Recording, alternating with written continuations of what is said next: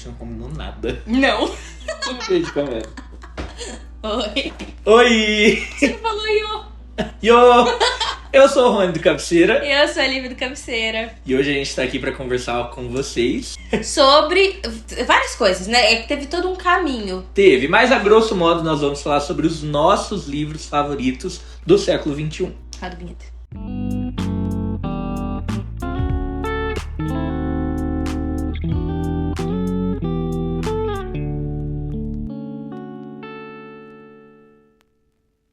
Seguinte, gente, saiu uma lista esse ano dos 100 melhores livros do século XXI na New York Times. Exatamente. E aí, a primeira lista foi com base na opinião de críticos literários, das pessoas mais, assim, acadêmicas, letradas. Escritores, uma das polêmicas, inclusive, é porque o King votou nele mesmo. Mas não tinha aquela regra, tipo, não pode votar em você não mesmo? Não tinha. Então, tipo, saiu essa lista e a galera não concordou muito, porque não refletia a opinião dos leitores, né? Tinha muitos livros norte-americanos, lá só. Então, o pessoal não tava concordando. E aí saiu uma segunda lista com a opinião dos leitores. Que também são norte-americanos. E embora nessa segunda lista tivemos sim algumas mudanças em relação à primeira, as duas listas, pra nós, foi meio parecido num aspecto. A gente não conhece quase nada. Não é a nossa bolha, não somos o público-alvo do New York Times, definitivamente. Não. Porque, olha, pra eu não falar que eu nunca li nenhum dos livros, dos 100 dos 200, não chega a ser 200 porque tem alguns teve livros comum. repetidos, né? Mas pra falar que eu nunca li nenhum dos livros que saíram na lista, eu li um. E qual tão foi? Somente. E vários, tá aqui, eu vou falar sobre ele. Então tá bom. E vários eu nem conheço. Aí a gente falou, vamos fazer a nossa própria lista? Porém, a gente não leu tantos livros contemporâneos assim, né? Principalmente do século XXI, assim, 20 anos pra cá. Então pode ter sido um pouco pretencioso, assim, da nossa parte, vir aqui falar quais que são os melhores livros. Sim, justamente por isso que a gente não vai falar quais são os melhores livros. Até porque a gente precisaria ter lido muito mais do que nós lemos para elencar quais eram os melhores, né? Sim. Então a gente vai falar só quais são os livros que nós mais gostamos. Exatamente. Livros, lembrando, do século XXI, ou seja... 2000 pra frente. Exatamente. E, gente, também não é tão aleatório assim, no sentido de, tipo assim, eles só vão falar dos livros que eles leram? Não. Nós vamos falar dos livros que nós gostamos. Justamente como nós dois não temos o costume de ler tantos livros assim, né, contemporâneos...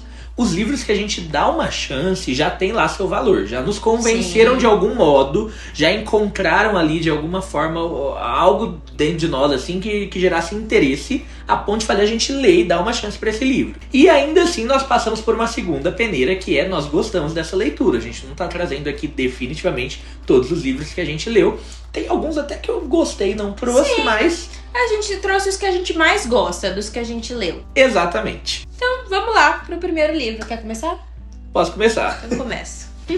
Primeiro livro eu falei brevemente aqui no canal em uma das listas que eu fiz, ou em alguma tag, não me recordo ao certo.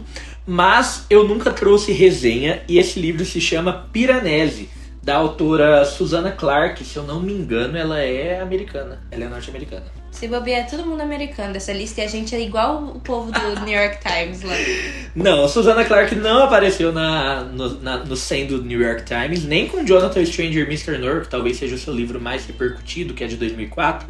Esse é recentíssimo, é de 2020, o Piranesi. Eu já li ambas as suas obras mais hypadas, assim, né? E eu gosto das duas, eu gosto do estilo de escrita da Susanna Clarke, mas eu tenho muitas ressalvas com Jonathan Stranger e Mr. Noir, por isso que eu trouxe aqui Piranesi, que pra mim é de longe sua obra melhor, assim. De longe, dentre as duas que você leu. Exatamente. mas levando em conta que a outra também tem seu valor. Sim, tá? sim. Bom, gente, essa obra aqui ela é muito bem escrita. Eu gosto da escrita mesmo, não só da história, do enredo. Eu acho que ela tem chega a ter uma poesiazinha, assim, talvez, de certo modo. Uma simetria estética, assim, nos acontecimentos. Enfim, esse livro é meio onírico, então ele é meio doido, assim, meio crazy. Você não sabe exatamente o que tá acontecendo ao certo, mas é um livro de fantasia. A gente vai acompanhar um homem que vive em um casarão. Aí você deve estar pensando, ele tem uma casa que é grande? Não, gente. É o universo, é um casarão. E As cidades, ou estados, ou países são salas e salas ao redor da sala que ele resolveu dormir nessa noite, porque ele vive em um casarão. E ele fica ali andando por esse casarão, que é repleto de estátuas, de gravuras e coisas assim. E basicamente ele só tem conhecimento da existência de mais uma pessoa, que se chama o Outro, dentro desse casarão. Mas ele tem alguns indícios ali de que existiram outras pessoas. Então ele sabe que pelo menos 8 pessoas já existiram naquele universo, porque ele já encontrou ali vestígios. Exatamente, ossos ou então uma foto de algumas dessas pessoas, e totalizando ali ele sabe que ao menos 8 pessoas já passaram pela Terra, se é que é Terra. A gente não sabe ao certo onde ele está localizado. E eu acho que eu não posso entrar mais no enredo sem trazer spoiler. Eu acho que esse é o tipo de livro que quanto menos coisa você souber antes de começar a ler, mais surpreendente vai ser a leitura pra você. E o fator surpresa vai fazer com que você goste mais da leitura. Então eu comecei a ler esse livro sem ter muito background. E eu gostei muito desse livro, de verdade. Então eu recomendo ele aqui. Ele não poderia faltar na nossa lista de 8 melhores de todo o século XXI.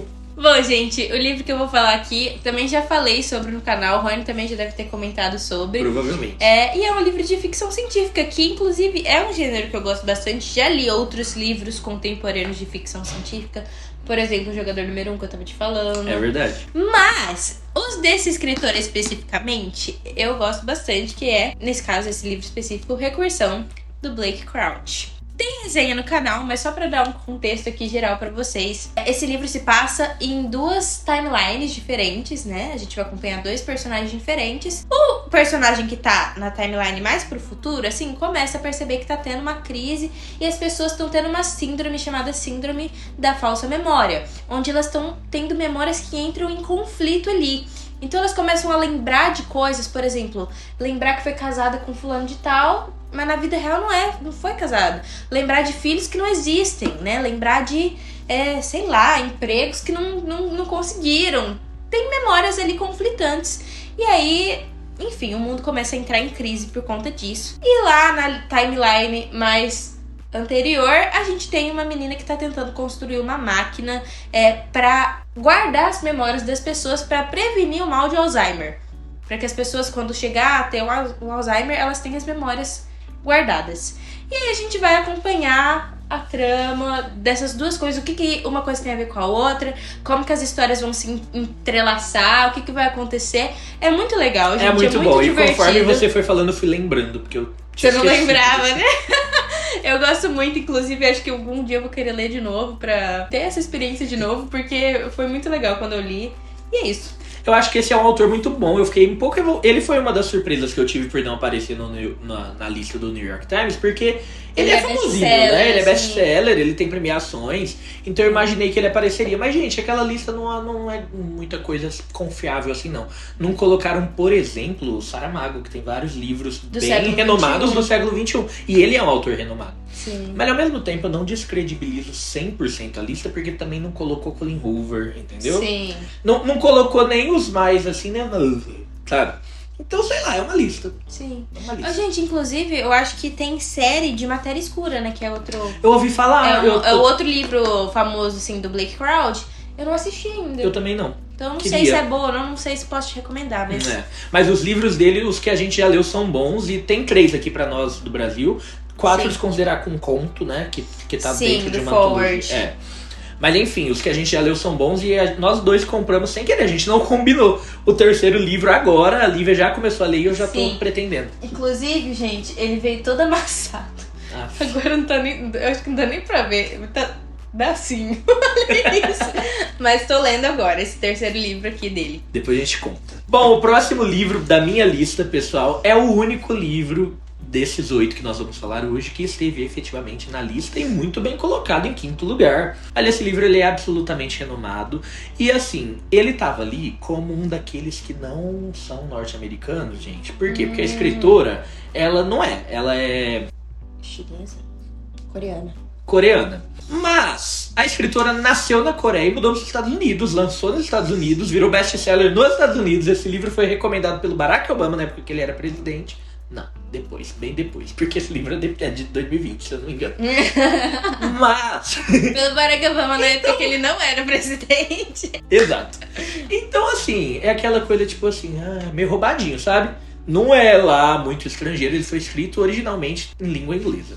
Eu estou falando de Pachinko, da Min Jin Lee. Também já tenho resenha aqui, então eu recomendo para você que quer saber um pouco mais sobre o enredo, assistir a minha resenha, para não deixar vocês completamente no escuro. O que eu posso falar é que é uma saga familiar gigantesca, é um calhamacinho, né? Eu acho que tem lá suas 800 páginas. É um livro muito legal, gente, eu gostei. Tem muito seu valor, entendo ele estar lá, porque ele é um daqueles livros que tem cara de clássico.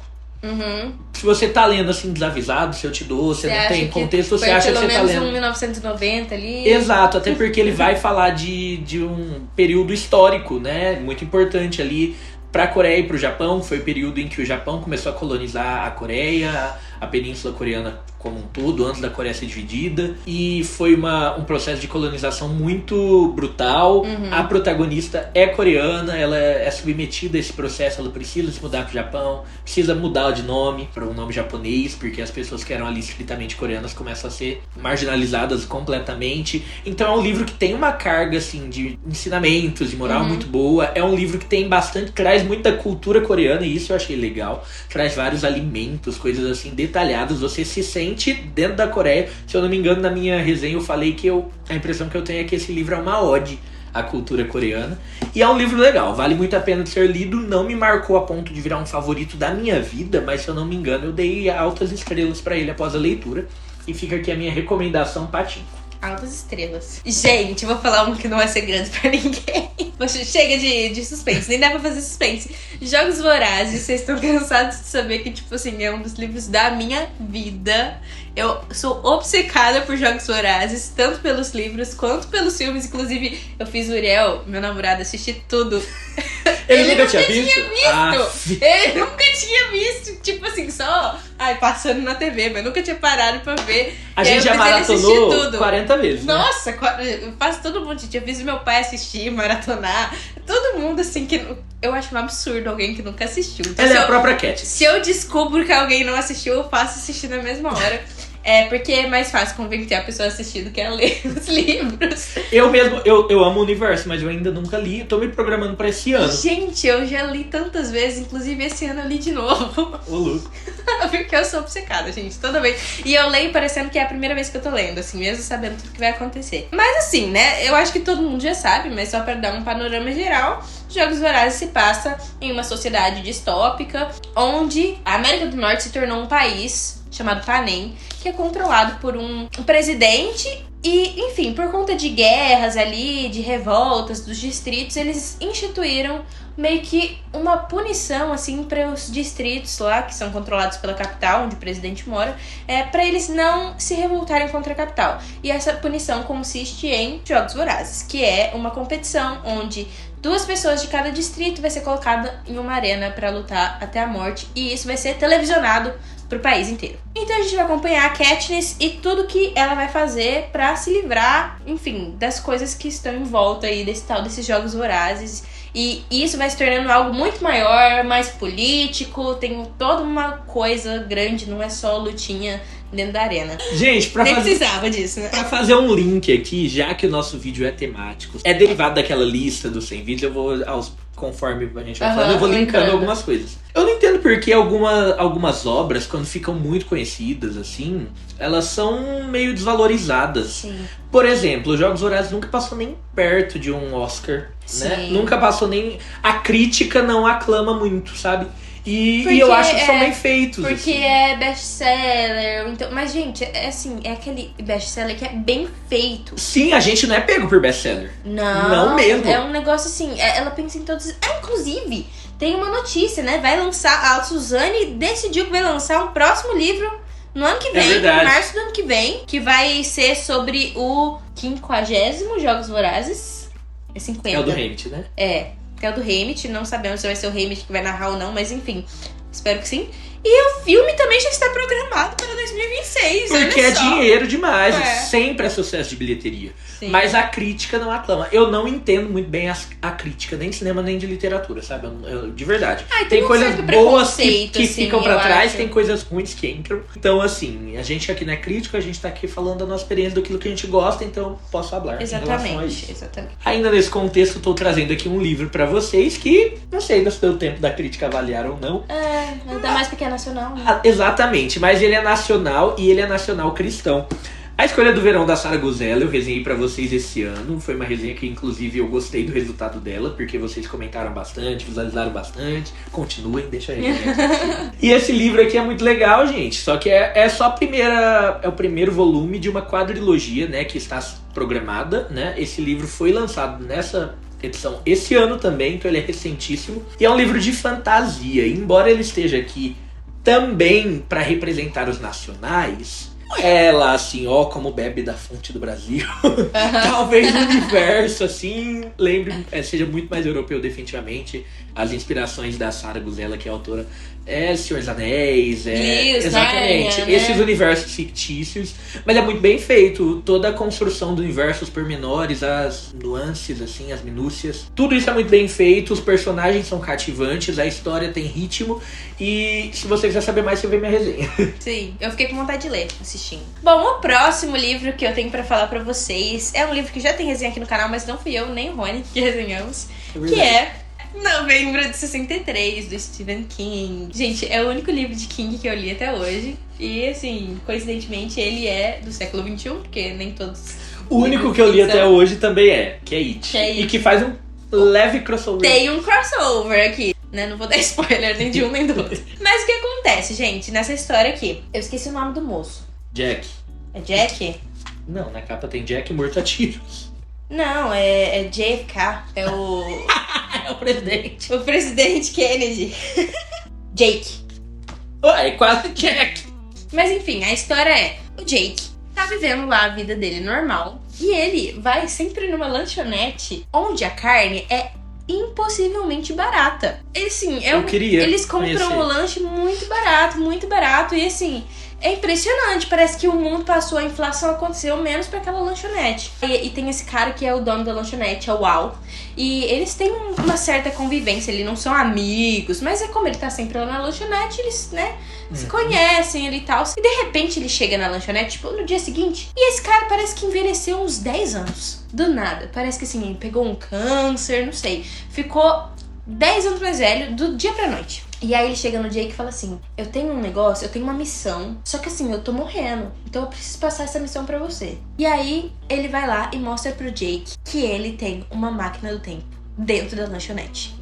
E aí, a missão que ele passa pro Jake é a seguinte, você precisa impedir o assassinato do presidente Kennedy, lá em 1963. Só que ele chega, essa máquina do tempo leva sempre pro mesmo ponto, que é um dia específico de 1958. Então ele tem que viver 5 anos até conseguir chegar nesse dia para ele conseguir impedir o assassinato do presidente. Só que o que acontece? Se acontece algo lá no passado que vai trazer coisas catastróficas pro presente, ele tem que voltar pro presente pra poder voltar pro passado pra desfazer tudo de novo. Nossa, já bugou minha mente. E são 5 anos que ele tem que viver, assim, certinho pra não bugar a linha do tempo e pra conseguir impedir. Porque, assim, por ser um acontecimento tão grande, meio que, assim, as coisas conspiram pra dar errado esse plano dele. E aí, enfim, gente, são muitas páginas, muitas coisas... Mas é muito divertido, é muito legal. Tem um momento aqui que fica um pouco mais político aqui, que ele vai falar bastante sobre, né, todas as pesquisas que ele fez sobre a vida do Kennedy e as teorias que tinham de verdade, né, sobre quem matou o presidente, o que aconteceu. Mas é um livro muito legal, gente. Eu recomendo muito vocês lerem esse livro aqui. Fiquei com vontade também. É muito bom. Talvez seja o próximo que eu leia dele. Eu gosto muito de viagem no tempo. É, verdade. Você tem um padrão. Qual que é seu filme favorito mesmo? De Volta pro Futuro. Isso já diz muita coisa. Inclusive tem um livro que eu li de Volta pro Futuro, tem resenha no canal também. Verdade. Contemporâneo. E também é século XXI. Aí, ó. Gente, o último livro que eu vou mostrar aqui, não é o último livro da lista, é Uma Chama Entre as Cinzas, da Sabatahir. Livinha, você tá vendo esse vídeo? É pra você. É o livro favorito da Lívia Valente, por isso que eu sempre faço essa brincadeira quando eu falo sobre ele. Sim, ela ama. É. E eu trouxe aqui só o primeiro volume de uma quadrilogia, né? Eu não me recordo agora o nome dos outros, porque não é Uma Chama Entre as Cinzas 2. É sempre uma não sei o que entre não sei o que, né? Sim, é. Uma lua entre as assassino dos portões.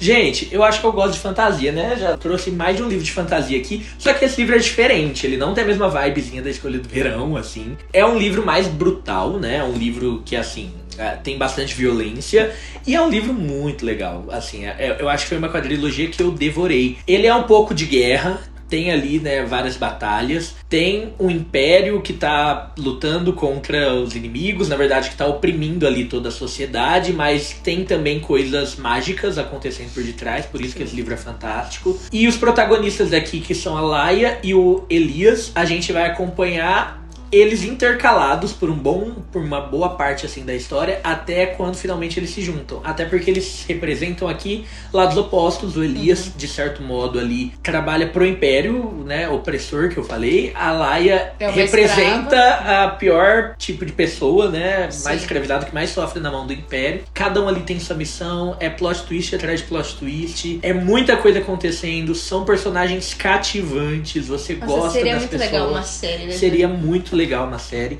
E eu e a Lívia já resenhamos. Nós dois, inclusive. Juntos.